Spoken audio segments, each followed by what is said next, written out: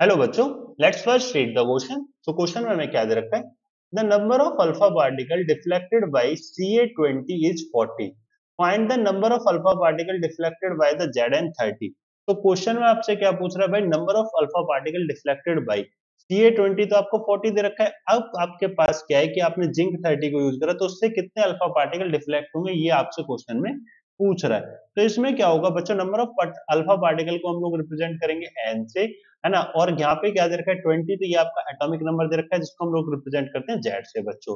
ठीक है, ये चीज क्लियर है। तो यहाँ पे क्या होता है? Number of alpha particle deflected directly proportional to the square of the atomic number. किसके स्क्वायर के? एटॉमिक नंबर के। ये हमारा होता है बच्चों। तो n1 डायरेक्टली प्रोपोर्शनल है हमारे पास z1 स्क्वायर के, इसी तरीके से n2 डायरेक्टली प्रोपोर्शनल होगा z2 स्क्वायर के।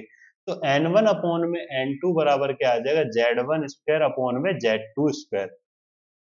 ठीक है बच्चों। तो अब n1 की वैल्यू की अगर आप बात करोगे तो the number of alpha particle deflected by Ca20 is 40। तो n1 बराबर तो हो गया 40, और जो ये Ca20 है तो z1 बराबर क्या हो जाएगा? 20। और इसी तरीके से n2 की अगर हम बात करें तो n2 हमें निकालना है, और z2 की अगर हम बात करेंगे तो z2 हमारे पास क्या है? 30। तो कुछ नहीं करना है बच्चों। कैसे करोगे? तो n1 अपॉन में n2 और 20 अपॉन में 30, और उसके ऊपर पूरे पे स्क्वायर चढ़ा दो। n1 अपॉन में n2 बराबर क्या आएगा? जीरो से जीरो कैंसिल, तो ये आ जाएगा 4/9।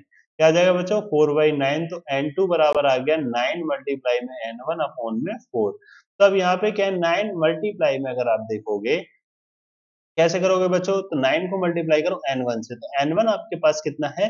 तो 40 है, और अपॉन में कितना है? 4। तो अपने पास n2 निकल कर आ जाएगा 90।